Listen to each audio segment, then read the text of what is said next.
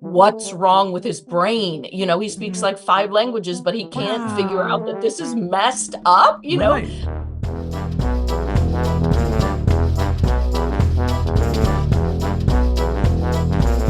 You're listening to Good Faith Weekly. I'm Mitch Randall. And I'm Missy Randall. We're here each week exploring the intersection of faith and culture We find people who stand up, speak out, and step forward. for inclusion, freedom, and justice for all. It's time for Good Faith Weekly. Brought to you by Good Faith Media. Welcome to Good Faith Weekly. On this episode, Missy and I are going to catch up. Then later on the pod, we sat down with Melissa Duge Spiers, who's got a new book out titled Holy Disobedience. It's a good pod, so stay tuned.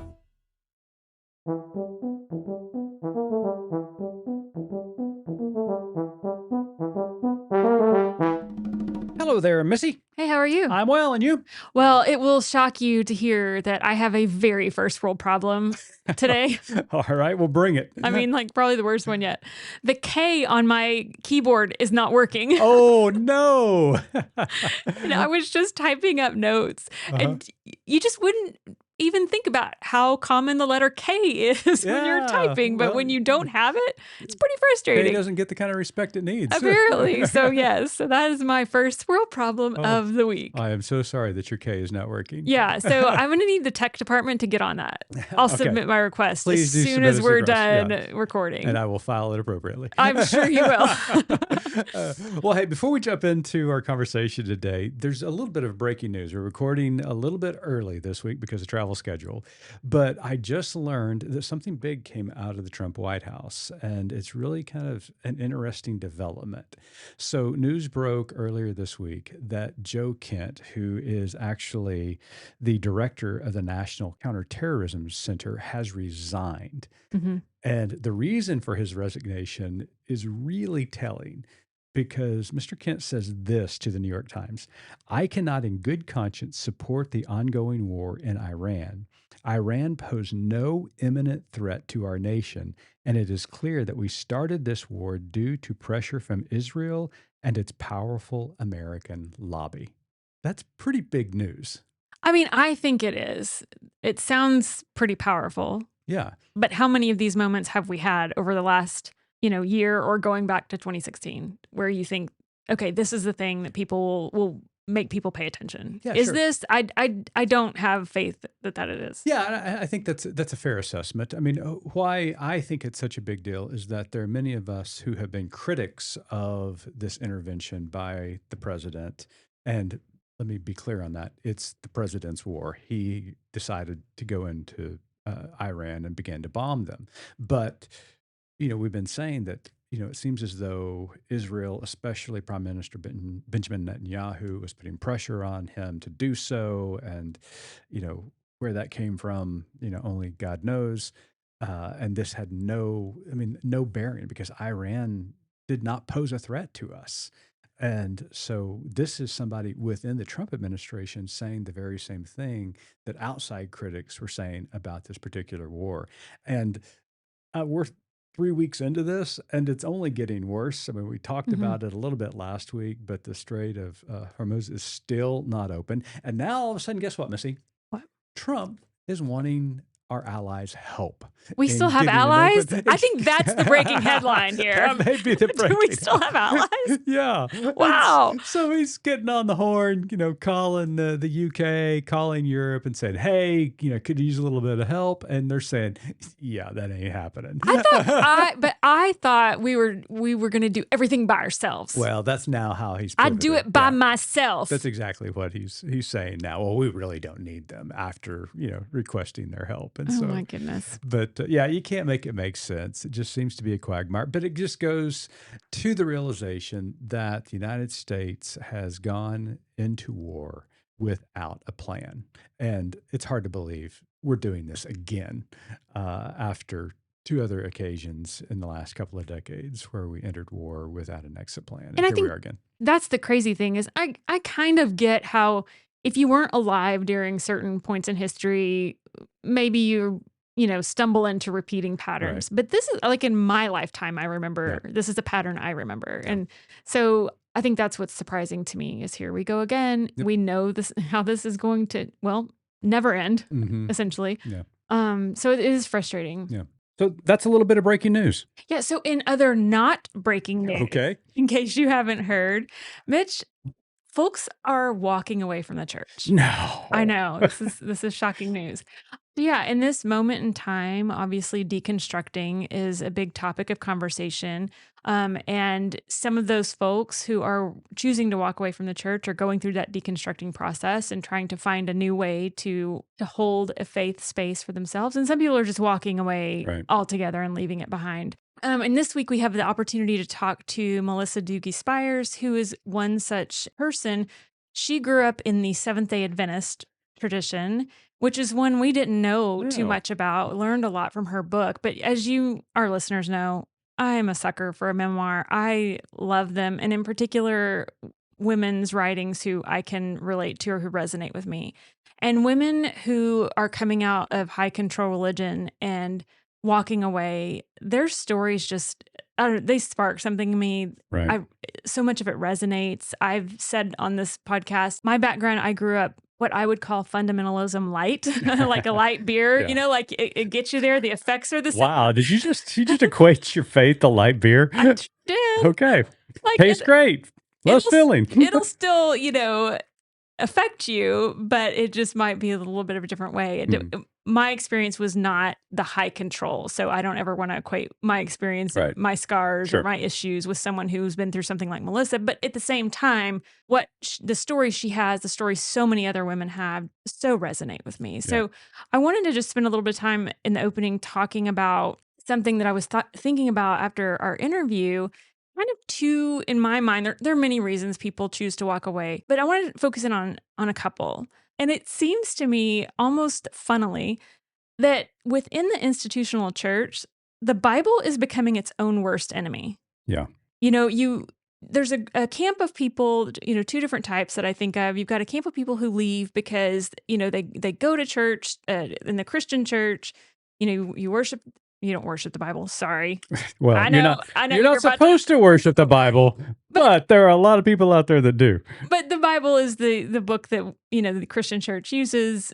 It's Anyway. authoritative for faith and practices. Thank you, theologian. Anyways, but you've got people who will actually start reading it and say, my church professes to follow this person of Jesus, to emulate him. And actually, I'm reading the words, and that's kind of not what we're doing. Yeah, and that is my story, because I jokingly say often that I went to seminary, a good little fundamentalist, and then seminary made me actually read the Bible and study it.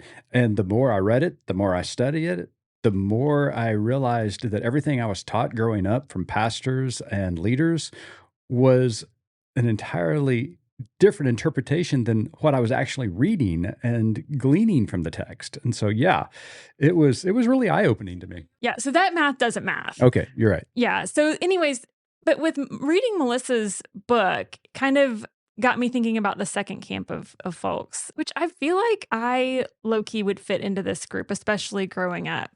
But there's those who start kind of examining the problematic parts or the stories of the Bible that at face value are just really unsettling and disconcerting, to say the least. And, they decide what I'm reading, the accounts in this Bible, this scripture that's supposed to be authoritative, is actually pretty terrible. And I'm not okay with the mental gymnastics that it takes to make it make sense, or the church that's selling it. Mm-hmm. And maybe they're not okay with that God either. Mm-hmm. And I can see that. I understand it, because it just brought back a lot of memories for me of literally asking those questions in my home and in my church that, we say God is love, and yet he asked Abraham to sacrifice his son. We see the stories of David, and yet see that he's, touted as a man after God's own heart. I remember asking, stories that especially impacted me, anything to do with children, again, the Abraham story, but then kings who order the slaughter of infants. And yet the stories we're told are fairy tales of our particular heroes that survived. Mm-hmm. What about the stories of those who didn't? Why are we telling that story in that way instead of the bigger truth, which is the cautionary tales of corrupt leadership, abuse, systemic inequalities, all the things that led to that moment where this God of love decided, allowed this to happen, and in some interpretations decided it would happen, depending on who you're asking. But I think that to me is a lot of the problem, is how we've been taught these stories and how we're looking at them, and the truth that we're told is within them. And so I just remember asking those questions, and then I would always be brushed off of, well, that's the Old Testament. Jesus came and he died for our sins and he was resurrected. And so that brought about a different quote unquote God. But it just never sat right with me. And reading Melissa's story and kind of her look into some of this just resonated with me, because I do feel like we talked about, I think a couple of weeks ago, the episode about hell, I think that was where it was. You can glean truth from a lot of things and a lot of writings. I just feel like the truth that we've been taught or we've been told, we missed the mark on it. It's frustrating. I also have a problem with that God that allows all those things to happen. And it's just something I wrestle with. We talk a lot at Good Faith Media about the lens in which we interpret the world. And the lens is literally our logo, because we always want to keep that in mind. But obviously the lens of the women, the oppressed, the marginalized, has not been welcomed in the church and has not been welcomed in biblical interpretation. And so that's just kind of where my mind is. I've got more written here. Maybe we'll come to later, but her social media handle is The Glory Hole, and Hole is WHOLE. Right. Which made me think of, your search for wholeness and how your theology has evolved. And just thought maybe you might like to speak to that in terms of how people are having to find wholeness because of, in spite of, or within the church. Yeah. Before I address that, because you did say a lot there. I know. Stop. It was all good. It was all good. The first thing I want to say is that you mentioned the lens and how we interpret the scripture. I first want to say this. Before you interpret the scripture, you have to actually read it. And you read it through that same lens. And I have been advocating for decades now that the Bible is not a book of inspiration. And that seems to be heretical for a lot of people. I have contested that the Bible is truly a book of confessions. Not what to do, but what not to do. Because from the very beginning, it is a confessional book. From the way humanity broke itself in the Garden of Eden. And we see that played out through the story of the Abrahamic narratives, and then culminating in this group of people who wanted to box God in, or Yahweh in, because Yahweh was this existence. It was this divine presence within all of the land. And then all of a sudden you have this group of people saying, hey, we want to put Yahweh in a temple, and then we want to put him in a holy of holies, and then we want to put him in the Ark of the Covenant. And you see this restriction. It is a restrictive narrative that continues to play out in the entirety of the biblical narrative. And we see that throughout the Old Testament. So I contend it's not a book of inspiration, it's a book of confession. And that is where I think it's really important that is how we read the Bible. Once we read it through the lens of confession, then we can interpret it through the lens of confession, which then brings the people of the oppressed, the oppressed people within the narrative to light, as you just mentioned. And so I think that is important. And that leads into this idea that the restrictive nature of humanity, whether that is religion, whether that is politics, whether that is economics or racial injustice, we have a tendency to be oppressive and to restrict other people who do not look like us, sound like us. And we also have a tendency to elevate ourselves, hence white supremacy, but male supremacy, patriarchy. Right. And so we get to this point where we're broken. We are broken. We are created to have this wonderful relationship with this divine presence, with this incredible creation that we get to exist in, and that includes one another. And because we're incapable of doing that, we are a broken people.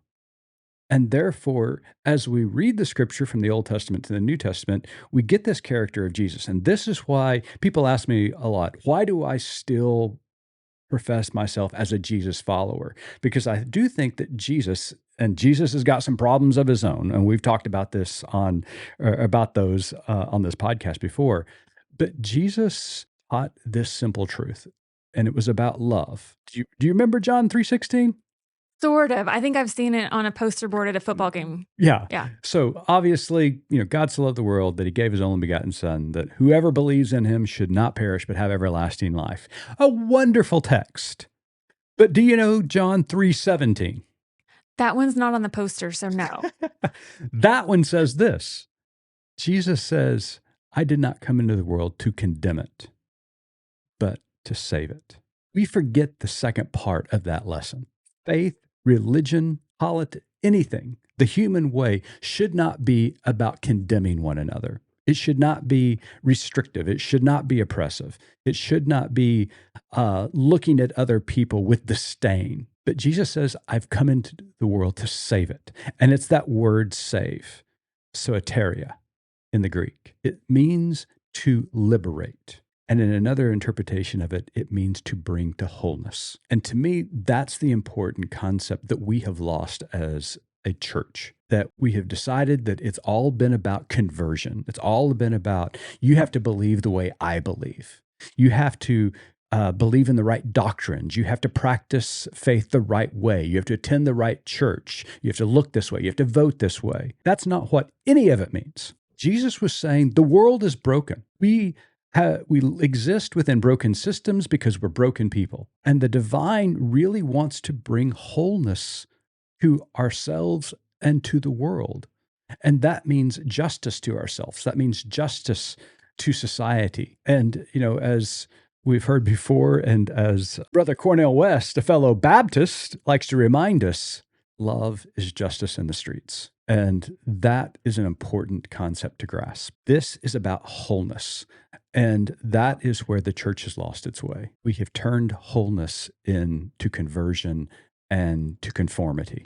That is not what Jesus was about. And in my argument, that's not what the entirety of Scripture is about. The Scripture, as we read it, is a confessional book, what not to do. Therefore, we are leading towards this character of Jesus who is advocating for wholeness in the world. So you stumbled on something that's really problematic. Okay. In your little diatribe. I feel like we both kind of brought sermons today. One of us did. Much better than the other. But you talked about, Jesus saying he came to save the world. And I do like that word just bothers me. And then when you explain it, what it means to liberate. See, here's the problem though. When you liberate people, you can't control them. Right. And that's the problem. And that's how the word was co-opted. Right. Again, let's circle back. We've ended back in the same spot. It's the Bible, the stories, faith, the church, all of it has been so co-opted that it's just in many ways unrecognizable. And as I said a moment ago, I think the church has lost its way in my journey of deconstruction and decolonization of my faith.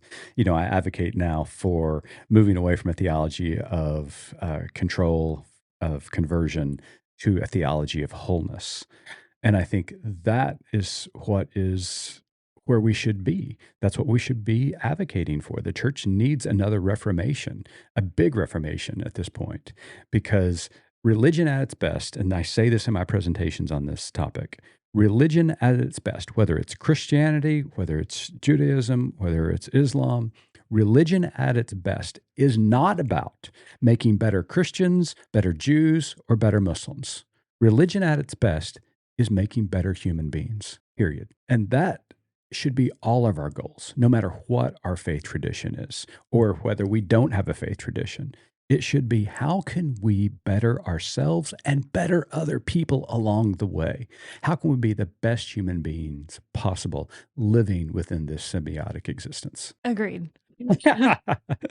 So now we'll pass the plate. I know. I feel like we've gone really long, and clearly one of us might have been triggered in my writing out my notes. I've got more, but in the interest of time and making sure we can get to our interview, I think we should just stop talking. I agree. So Misty and I will be right back with Melissa Duge Spiers to talk about her new book that is about to be released, Holy Disobedience. We'll be right back.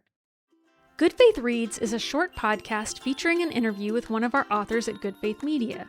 GFM has published hundreds of titles on a variety of topics, and you can hear directly from the authors about their writing process, their challenges, their hopes, and what prompted them to write. Learn more at goodfaithmedia.org.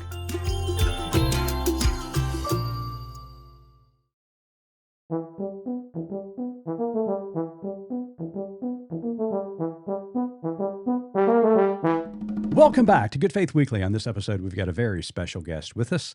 Melissa Duge Spiers is an award-winning essayist, screenwriter, and advocate for topics of religious abuse and resilience, utilizing her online platforms on TikTok and Instagram, known as The Glory Hole, to raise awareness and help others find healing. Her memoir, Holy Disobedience, won the 2022 Book Pipeline Unpublished Nonfiction Manuscript Prize, with excerpts featured in the Huffington Post. Holy Disobedience is set for a major release later this month. Melissa, welcome to Good Faith Weekly.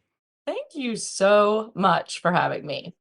Melissa, congratulations on the upcoming, just in a few days, I think, is the release of the book. And I have to confess something. I haven't finished it yet. That is because you were so kind to make sure we got an advance copy. Mitch has had it. I hogged the whole thing. I'm And sorry. So by the time I got my hands on it, we were close to interview, But I say all that to say this interview is interrupting my time reading it, and because I've been devouring it and I'm dying to get back to it. Yeah. Are we going to give you spoiler alerts? Are you? No, it's fine. so well done. Anyway, so I'm anxious to get back to it after we finish our conversation today, but I'm also excited to share, your story with our listeners. But before we get started, I do feel like we need to talk a little bit about the Seventh-day Adventist Church and why it is, as you call it, the biggest church no one knows. It is, Seventh-day Adventists would call themselves just a fundamentalist Christian organization. That's how they pitch themselves. They believe every word of the Bible is true. They think their special interpretation of the Bible is that they follow the Sabbath and the dietary rules. So they worship from sundown Friday to sundown Saturday. In my estimation and that of most cult scholars, they are an end times cult. They are very obsessed with, ever since their founding in, let me back up and do a little history. They came out of the Millerite movement in the mid 1800s that the JWs and the Mormons came out of, thinking that God was going to come back in 1844. And when he didn't, their prophet, a woman named Ellen G. White, kind of split off of the Millerite movement and formed the Adventists. And she predicted then that God was going to come back a few times during her lifetime. I don't know why people still followed her when that didn't come true a couple more times, but hey, but that's a big part of the religion. Is ever since then, people think that God's coming back all the time. Right. And they're big into Daniel and Revelation and the all of that. They are famous for their dietary rules, which were started partly by their prophet Ellen White, but also by John Harvey Kellogg, who I don't know if you guys know much about him, but weird guy who started a sanitarium to be all about health, but was really obsessed with preventing everyone from having sex. And so a lot of the dietary rules of the Adventist Church were actually made to prevent people from indulging their lust. So vegetarianism was considered that. Plus they liberal Adventists follow the Bible, where it's the same rules that the Jews follow of no shellfish, no pork, etc. But most Adventists follow just total vegetarianism. And that goes back to Ellen White and Kellogg. But I was raised with the whole Adventist message, which was no spices, nothing hot, no caffeine, etc., because all of that would inflame lust. So we didn't even have pepper on our table. We weren't allowed to have mustard, nothing. Wow. So those are some of the weird parts of it. Their prophet was a woman, but they will not ordain women, which is an interesting choice. You can't make it make sense, can you? Yeah, we were actually talking about that. So it's how odd is that? Yeah, So it's bizarre. really ridiculous. And she got hit in the head with a rock when she was 9, and We can tell. had lifelong. She had a traumatic. Sorry.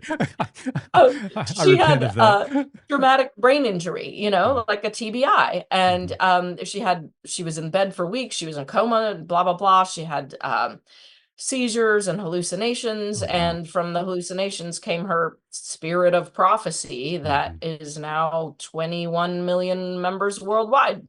Wow. So go into a little more of why it's the biggest church no one knows, because I feel like those little Okay, factoids are so so interesting, that especially for us and many of our listeners, because we grew up in the Southern Baptist Church, and you have a little right, nugget right. about them I was surprised to hear. Mhm. Yeah, so they have a fairly small presence and shrinking in most westernized countries now. In the United States, I think it's maybe under 1 million members even at this point. But they are aggressive missionaries and have been forever. And so they are growing really rapidly overseas. I think the biggest proportion of Adventists worldwide on any continent now is in Africa. And they have between 21 and 25 million. You'll hear different, sometimes I think they like to inflate the numbers. Mm-hmm. Plus, as with a lot of places, it's really hard to get your name off the books. So I think they Right. hold on to a lot of people like me. I don't know if I'm still on the books, but between 21 and 25 million members worldwide, which is larger than the Mormons and it's larger than the SBC. And Wow. no one's ever heard of it. Has anybody told the SBC this? Because I feel like No, don't tell this them. would really Don't be tell them. upsetting. Well, They like to inflate their numbers too. If you were ever on the roll, you're going to stay there because right. that's Yes. that's what's important. Yeah. I know the Mormons do that too. They're like, people have to hire lawyers. Have you heard you literally have to hire a lawyer. There are lawyers who specialize their entire thing in helping Mormons get their names off the books. Wow, that's incredible.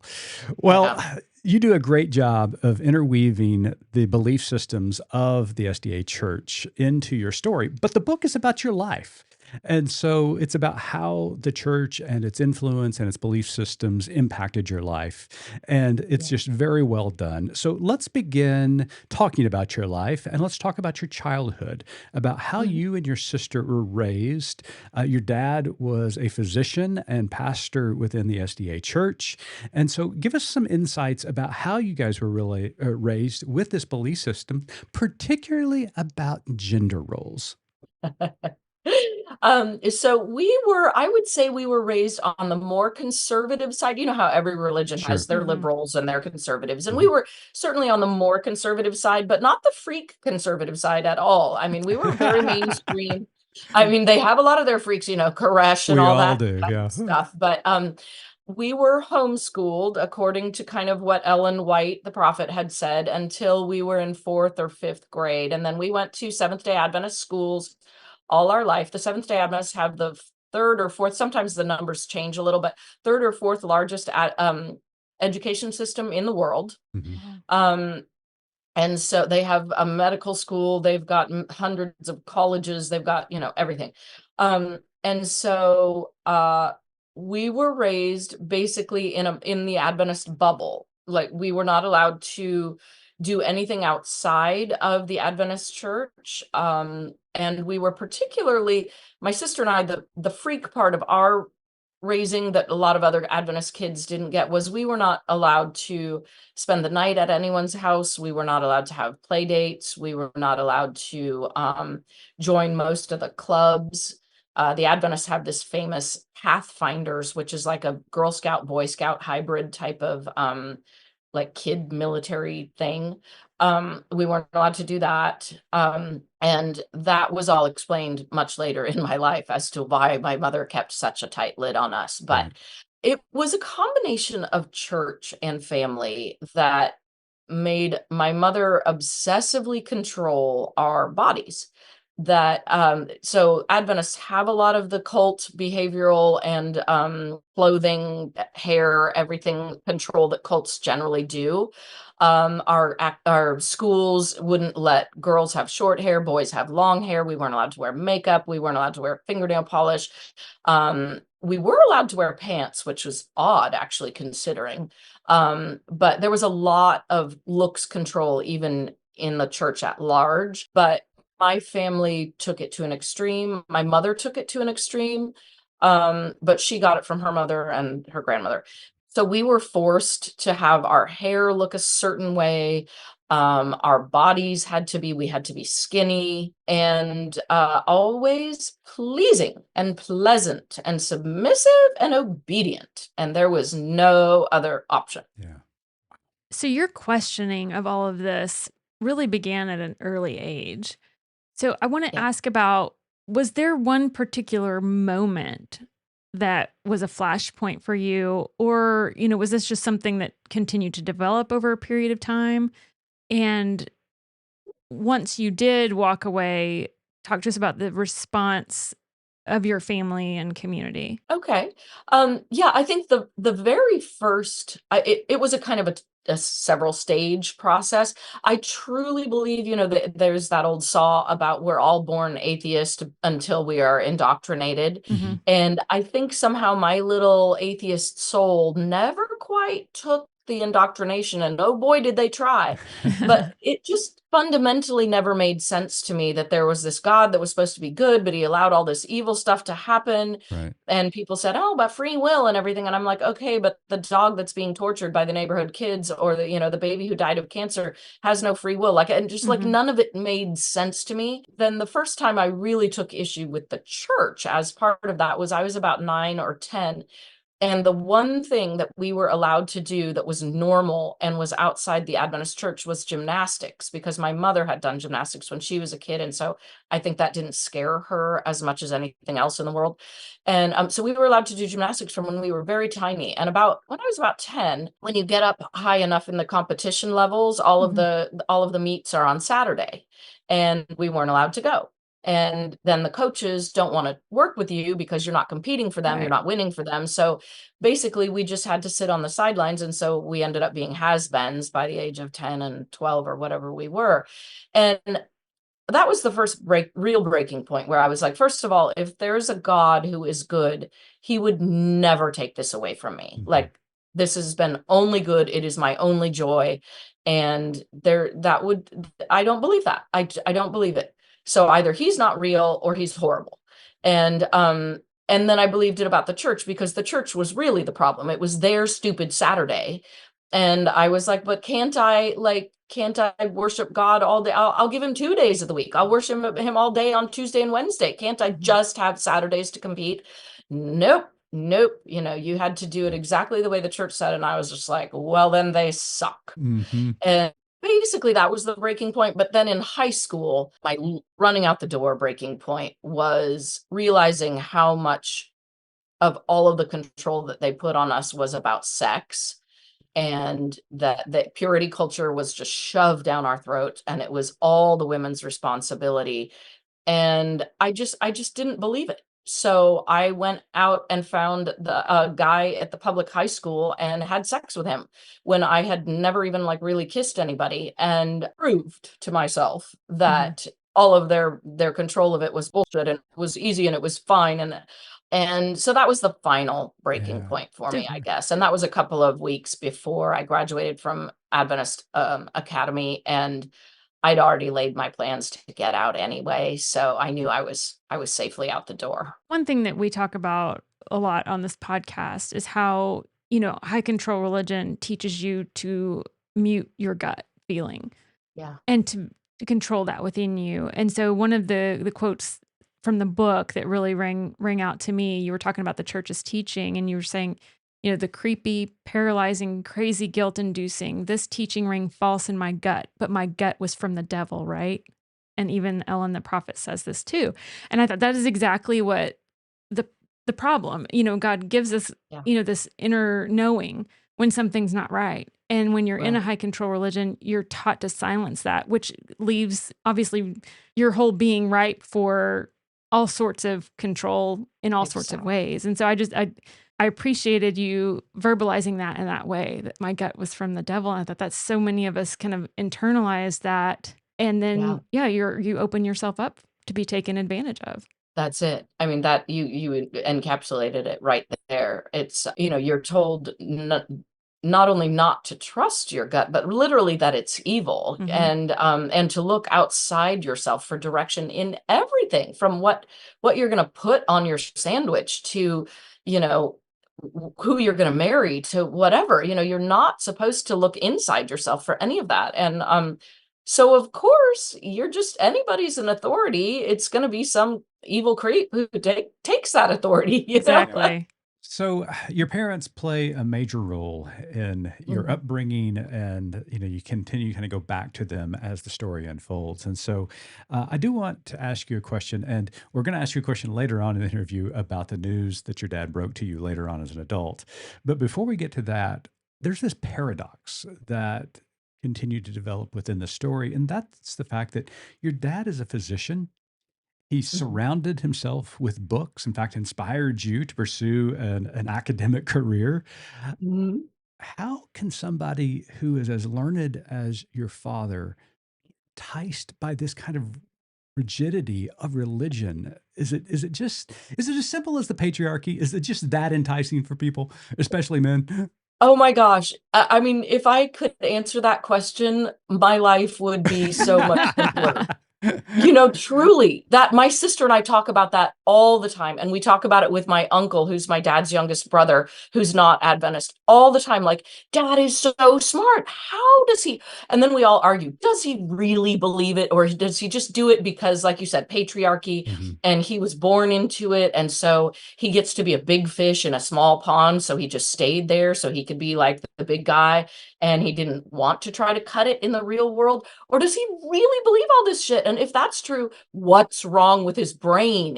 He speaks Mhm. like 5 languages, but he can't figure out Wow. that this is messed up. Right.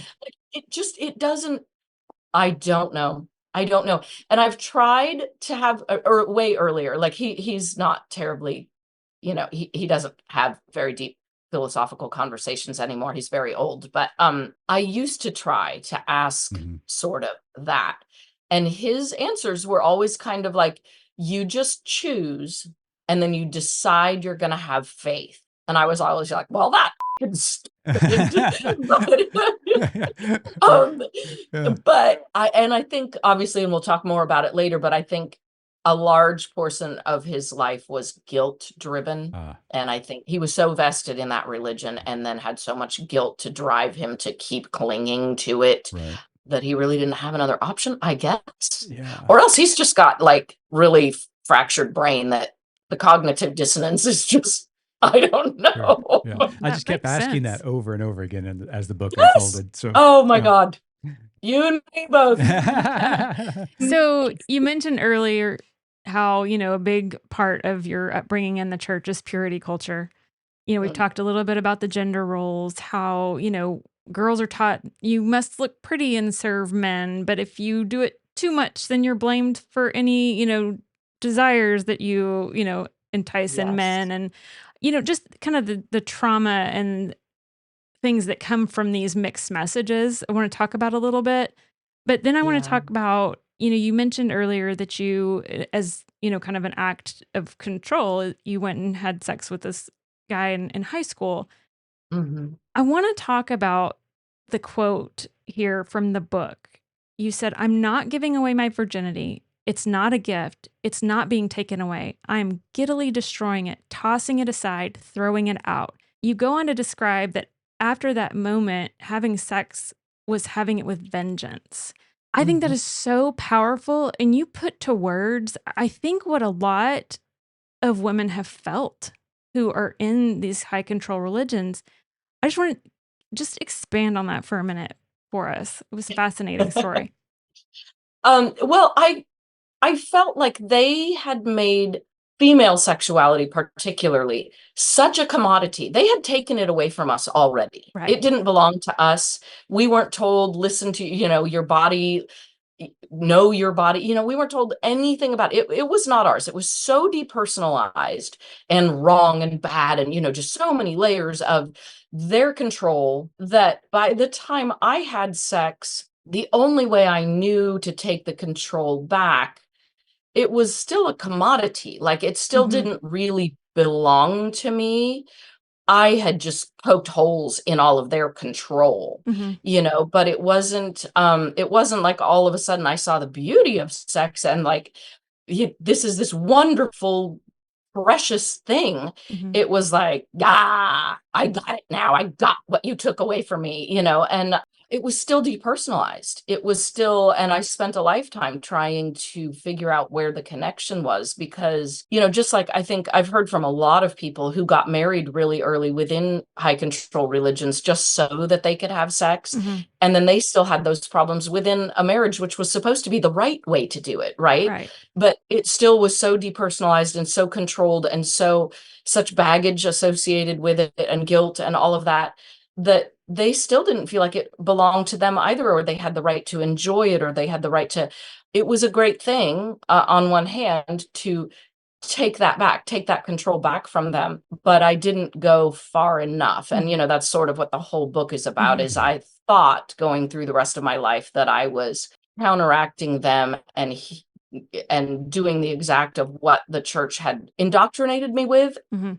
And I was doing the actions opposite what they'd indoctrinated me with, but a lot of the mentality still stayed until I had to, consciously deconstruct. And, I think, and you can correct me if I'm wrong, but it feels like the tragedy in that situation wasn't the act itself. It was that you weren't choosing this because that's what, like you said, it was beautiful or something you wanted. It feels like you, and when I say you, the collective you who approaches, intimacy in this way, you're doing it at someone, as an act of rebellion. And so that is another thing that, high control religion takes from you.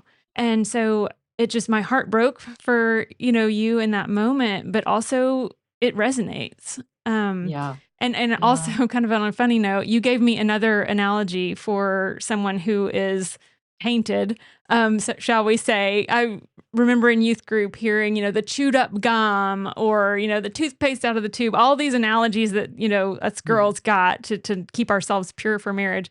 But the wrinkled shirt was a new one for me.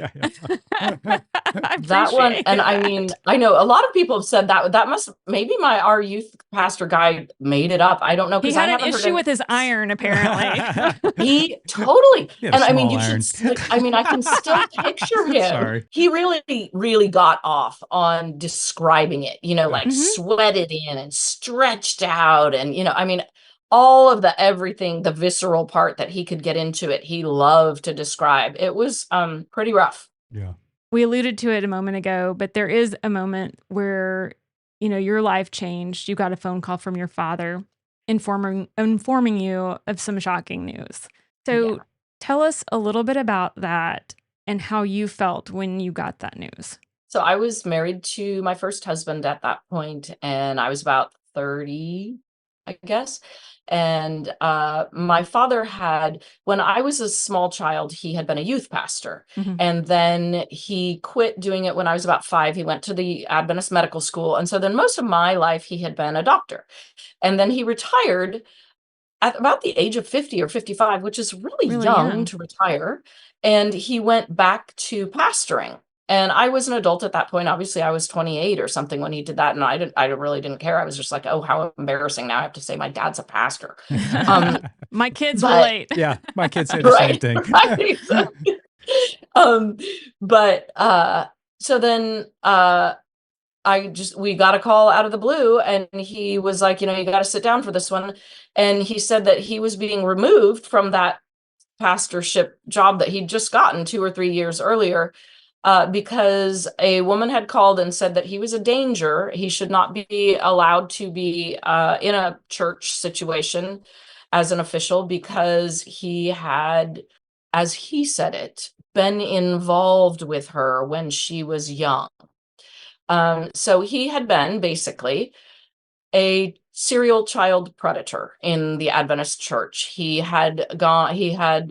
While he was a youth pastor, had a 2-year predator. I mean, they both call it a relationship. I don't call it that, but with a girl who was 12 to 14. And then the church moved him again, and he repeated it again with a girl who was 15.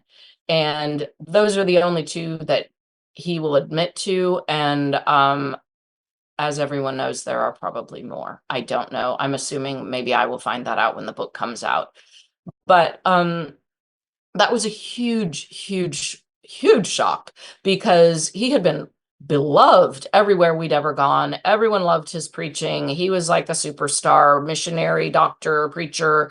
And I had loved him. I mean, we had never seen that side of him but it did send me into probably decades of insomnia, thinking that, oh my gosh, did something happen to us that we don't know about? And I'm going to go to sleep one night and all the memories are going to come back.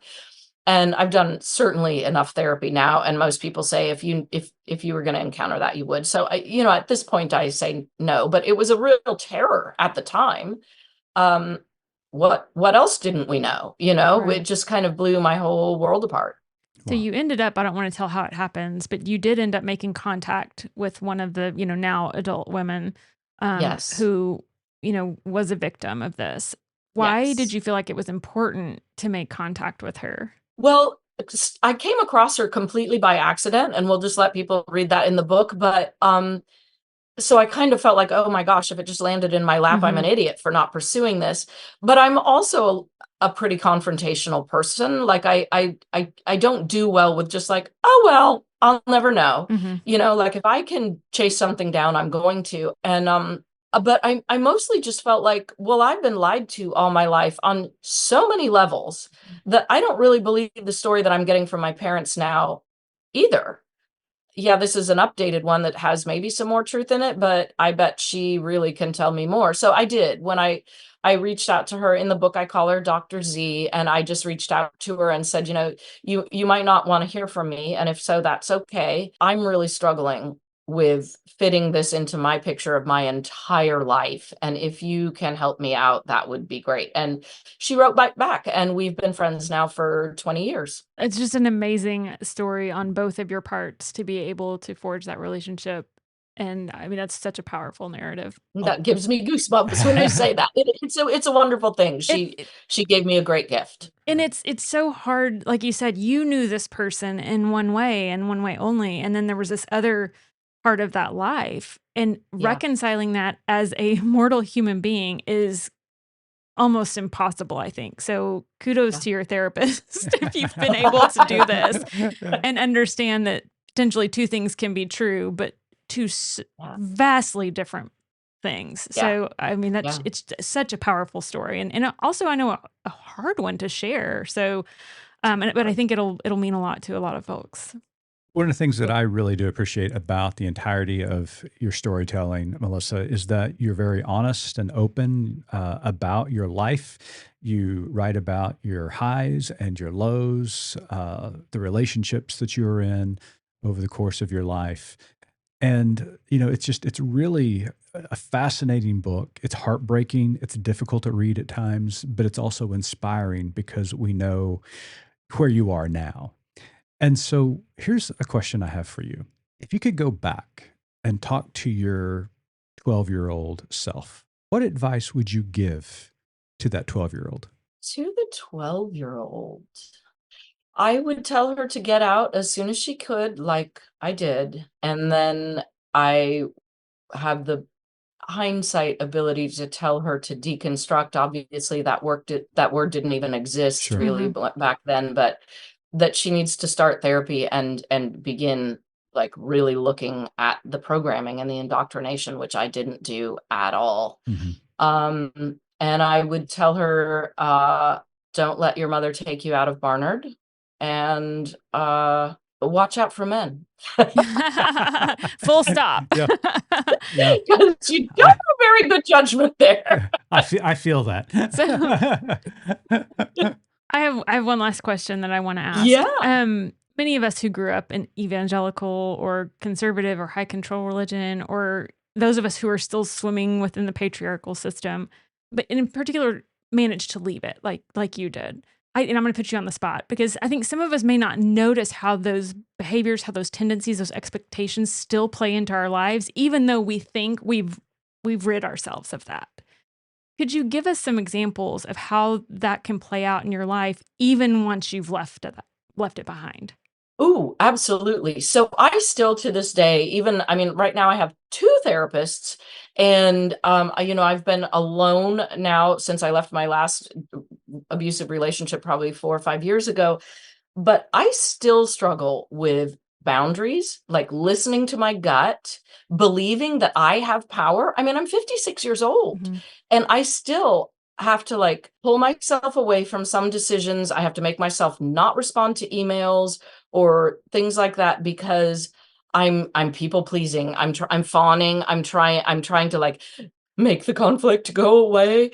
And that submission and obedience training, still, particularly around men, I will find it kicking in, and I'll be, listening to them, and they're just, everything they say must be right and amazing. And it's like, no, so there's so much of that programming that stems from you don't own yourself and don't listen to your gut, that comes through in everyday stuff. I even my teenage son's friends, I'll like think that what they said is absolutely more valid than what I'm thinking. And it's like, no, and but that's the gut reaction that is right there. Men are more important, men have more validity, just a million ways it pops up still every day. And I have to really sit with it. I think it's interesting when it happens, like you said, but once you recognize it, from small behaviors, like you said, just not trusting yourself or the people pleasing, the fawning. Yeah. And then when you look at it, it's just like, oh, this is where this is coming from. How do I fix that? Yeah, exactly. It's a really difficult thing, I think, for many people. And, as we grow and evolve and mature out of, unhealthy systems, it's just a difficult thing to do. Yeah, it is. It's one of the hardest, I think, for all women in general. I think in our society, we are all taught to kind of fawn and put everybody else's opinions and everything ahead of us. But high control religion adds 1,000 times more pressure. Well, I feel like I need to apologize, but we've got to bring this conversation to a close. I'm not trying to control anything. I'm just the manager of the clock. I'll allow it. Well, Melissa Duge Spiers, thank you so much for joining us this week on Good Faith Weekly. The memoir is titled Holy Disobedience. You will be able to pick it up, I think, as early as next week, if I'm not mistaken. Yes, indeed. March 31st. March 31st. And so make certain pre-orders are open now. So there you go. Pre-orders are open now. So and make certain to follow Melissa on her TikTok and Instagram at The Glory Hole. Melissa, thank you so much for joining us. But before we let you go, we've got one last question that we ask all of our guests. I'm going to turn it over to Missy to let her ask it. So, Melissa, as you know, our tagline at Good Faith Media is "There's more to tell." So in light of your work and our conversation today, what is your more to tell? Well, I have not said this publicly yet, so you guys are getting the scoop. Ooh. But there is a memoir number 2 in the works. Oh, that's so exciting. That is exciting. Do you have a title yet? Well, I am switching back and forth between 2, Lies Wide Open and Lies Wide Shut. Oh my gosh. I cannot wait. I'm excited. So we'll have to have you back for sure. Absolutely. Please 100%. do. I would love it. Well, thank you again so much. You are welcome back on Good Faith Weekly anytime, Melissa. Thank you. And to our audience, we want to thank you for tuning in this week. Missy and I will be back next week with another great guest. And until then, keep living good faith.